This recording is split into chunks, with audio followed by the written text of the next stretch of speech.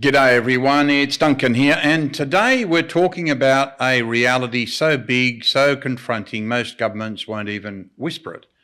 What happens when a culture stops replacing itself?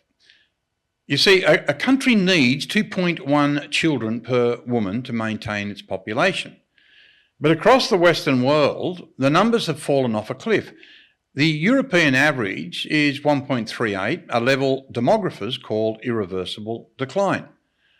Once a population sinks below 1.5, no society in history has ever recovered, because fewer children means fewer families, which means each generation is smaller than the last. And when populations shrink, cultures shrink with them. So governments do the only thing left. They turn to large-scale immigration to keep economies afloat, fill workplaces, and hold up ageing population. Now, that shift changes countries culturally, socially, and politically, not by force, but by demographic momentum.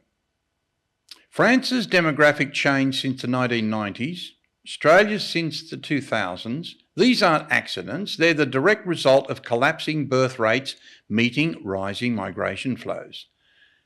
Younger migrant families expand, older native-born populations decline, and the balance tilts. In Europe, long-term migration trends have reshaped demographics, with Muslim communities forming a growing share of the population. France is a clear example. The Muslim population was about 4%, 3 million people in 1990, and is projected to be around 10% or 7 million people by 2026. Australia shows the same demographic momentum. In 2001, it was roughly 280,000 people, 1.5%, identified as Muslim. By 2026, that figure is expected to reach 1.1 million, which is nearly 4%. The driver is mathematical as much as cultural. Muslim communities in Europe average fertility rates around 3.1, compared with the national averages often below 1.6.